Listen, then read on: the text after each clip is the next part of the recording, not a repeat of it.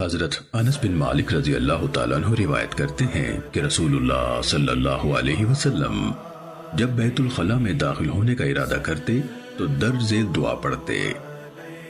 حماد بن زید کے الفاظ ہیں: اللہم انی اعوذ بک من الخبث والخبائث، اعوذ باللہ من الخبث والخبائث، اے اللہ میں خبیث جنوں اور جنیوں سے تیری پناہ میں آتا ہوں۔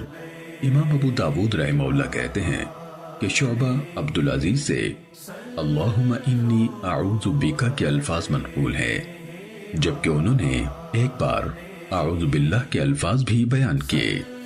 امام ابو داود کہتے ہیں کہ وہیب سے فَلْيَتَعَوَّذُ بِاللَّهِ، امام ابو داود کہتے ہیں کہ وہیب سے فَلْيَتَعَوَّذُ بِاللَّهِ، اسے اللہ کی پناہ لینی چاہیے کہ الفاظ منقول ہیں۔ سنن ابو داود حدیث نمبر 4۔